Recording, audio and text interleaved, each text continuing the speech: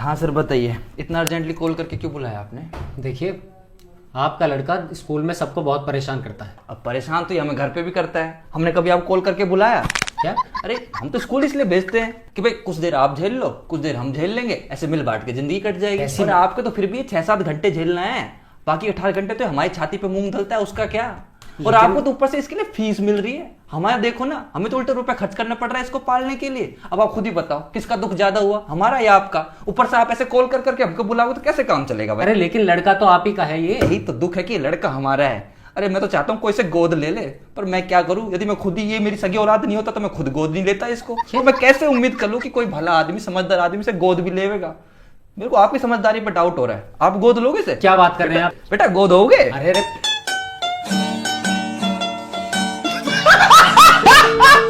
अरे हाँ बेटा, आओ बैठो। वो क्या है कि क्लास में मैं तुम पर ध्यान नहीं दे पाता, तो आज मैं तुम्हें अच्छे से समझाऊंगा। हमारा आज का टॉपिक है डायरेक्ट एंड इनडायरेक्ट स्पीच। तो बताओ, डायरेक्ट एंड इनडायरेक्ट स्पीच क्या है आज का टॉपिक?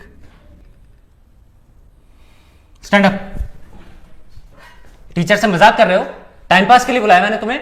अरे सर आपने तो कहा कि आज का टॉपिक है डायरेक्ट। बस मैं समझ गया, कुत्ते की पूंछ कभी सीधी नहीं हो सकती।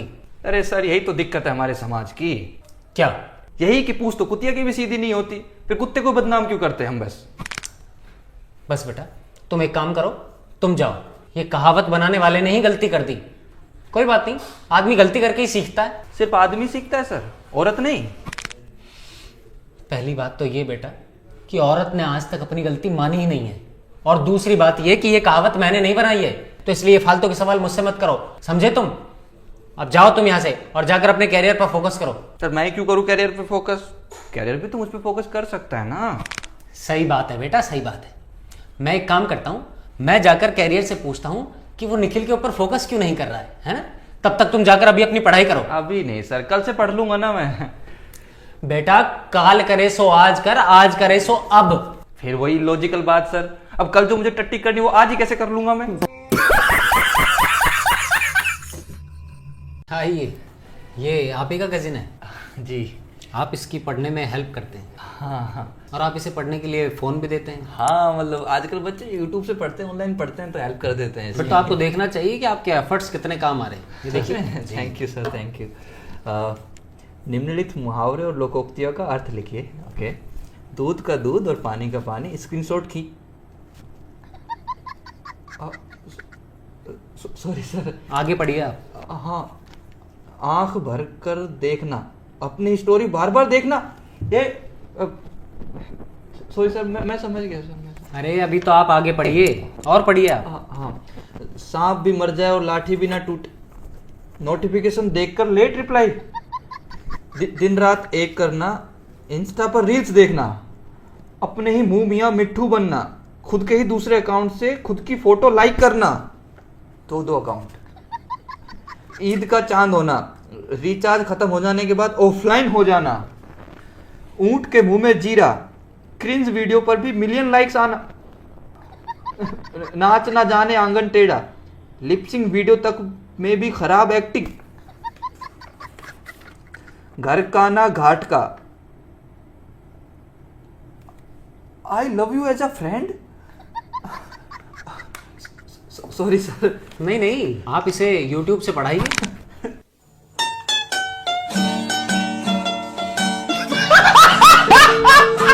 सर मुझे कंप्लेन लिखवानी है। अच्छा अच्छा, किसके खिलाफ? दहेज के खिलाफ। अच्छा हाँ, लड़के वाले दहेज की मांग कर रहे हैं। बताओ, आजकल गरीब आदमी शादी भी नहीं कर सकता अपनी बहन बेटियों की। कितना दहेज मांग रहे हैं जबरदस्ती वजह? जबरदस्ती मांग नहीं रहे सर, जबरदस्ती दे रहे हैं। ये कौन से लड़के वाले हैं दहेज मांगने की जगह दे रहे हैं? ऐसा आपकी लड़की का सरकारी नौकरी करती तो उल्टा आपको दहेज मिल रहा है। आप गलत समझ रहे हैं सर, हम ही लड़के वाले हैं। मैं खुद दूल्हा हूँ, मुझे ही जबरदस्ती दहेज दिया जा रहा है। तू ही लड़का है? हाँ। तुझे दहेज मिल रहा है? हाँ। और तू ही कंप्लेंट करवाना है? हाँ। अरे पी के आया क्या तू? नहीं सर, पीता तो नहीं हूँ मैं। तो फिर क्या दहेज कब मिल रहा है? अरे सर, कम ज्यादा की तो बात ही नहीं है। तो बावड़ी पूछ, कंप्लेंट किसके खिलाफ लिखूं मैं? लड़की वालों के। अरे लड़की वाले करते हैं लड़के वालों पे, भूल गया क्या तू? सर आप भूल गए हैं क्या? दहेज लेना और देना दोनों ही अपराध है। अरे मुझे नहीं पता सर, मेरा केस लिखिए आप। दिक्कत क्या लिखूं बता। मानसिक प्रताड़ना, उन्होंने मेरी मर्जी के खिलाफ गिफ्ट बोल बोल के दहेज दिया है मुझे। कल को मेरे और मेरी फैमिली के ऊपर उन्होंने केस कर दिया तो मुझे टेंशन बनी रहती है। अच्छा, कितना दहेज दिया है? 8 लाख। 8 लाख। और हाँ सर, वो भी लिखिए, मानसिक रूप से जो प्रताड़ना हुई उसका मुआवजा चाहिए मुझे पूरे 15 लाख।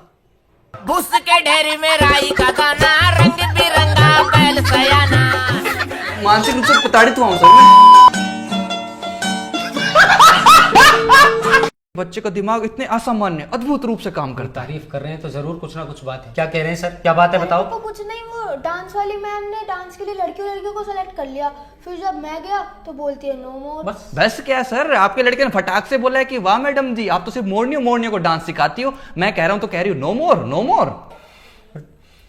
सॉरी सर, बच्चा है, मुंह से निकल गया हुआ। अरे आपके बच्चे का सिर्फ मुंह बेकाबू नहीं है, हाथ भी बेकाबू है। किसी भी एग्जाम पेपर में कुछ भी लिख के आ जाता है। अभी क्वेश्चन देखिए, क्वेश्चन है river Yamuna flows in which state. बच्चे क्या जवाब दिया आपने इसका? Liquid state.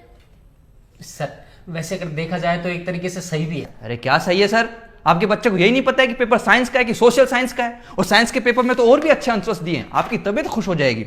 क्वेश्चन है what is the main source of our food. तो आपके बच्चे ने क्या लिखा है? भंडारा, शादी, बर्थडे पार्टी, किसी की 13वीं। अरे बेटा ये क्या लिखा है तुमने है?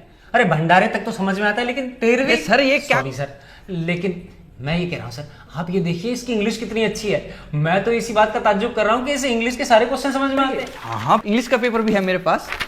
इंग्लिश में क्वेश्चन है make a sentence using a word teach. अब आप खुद पढ़ लीजिए इसने क्या लिखा है। My school teachers don't know how to teach.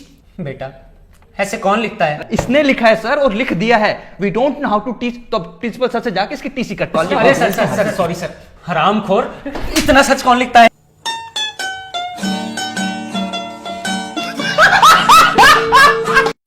Mummy papa, आप लोग इतने गैर जिम्मेदार कैसे हो सकते हो? मेरी शादी कराना आप दोनों की जिम्मेदारी है ना, तो आप ऐसे कैसे अपनी जिम्मेदारी से भाग रहे हो? क्यों नहीं करा रहे मेरी शादी? बेटा पहले कुछ बन तो जा। अजी बना तो हुआ है, क्या? हम सब पर बोझ। मम्मी बस करो, तकलीफ होती है यहाँ। कसम खा के कह रहा हूँ, अब तो मेरे सपने में भी ना मेरे होने वाले बच्चे रो रो के पूछते हैं कि पापा पापा हम कभी पैदा होंगे भी कि नहीं। अच्छा तो बेटा बोल दे उनसे कि उनकी होने वाली माँ ही पैदा होना भूल गई, इसलिए वो भी भूल जाएं। मतलब आप दोनों नहीं करा रहे ना मेरी शादी? ठीक है तो फिर मत कराओ। मैं तो आप लोगों के भले के लिए ही सोच रहा था। वो क्या है ना कि आजकल किसी लड़के लड़की की शादी टाइम से नहीं होती ना, तो लोग बातें बनाने लग जाते हैं कि जरूर इस लड़के ने कोई ऐसी शादी देख ली जो इतनी गलत साबित हुई है कि इसका शादी सबसे भरोसा ही उठ गया है, ये शादी करना ही नहीं चाह रहा। हाँ तो क्या, अब कोई भी बच्चा शादी किसकी देखता है करीब से? अपने माँ बाप की। देखो लोग आपके ऊपर सवाल उठाएंगे, मुझसे मत कहना। मम्मी लोग तो ये तक भी कह देंगे कि इसकी माँ ही दुष्ट होगी, अपने पति को पीटती होगी, तभी तो बच्चा खुद की बहू लाने में भी डर रहा है। अरे ऐसा कुछ नहीं है। अजय आप डरते हो मुझसे? अरे बोलो ना। ऐसा कुछ नहीं है, तुम तो सबसे प्यारी पत्नी हो। बस तो ऐसी ही प्यारी पत्नी मेरे बेटे के लिए भी ढूंढ कर ला कर दो। अरे ऐसे कैसे लोगों को बातें बनाने देंगे? बिल्कुल नहीं। देखा कितनी सोचता हूँ मैं आप दोनों की।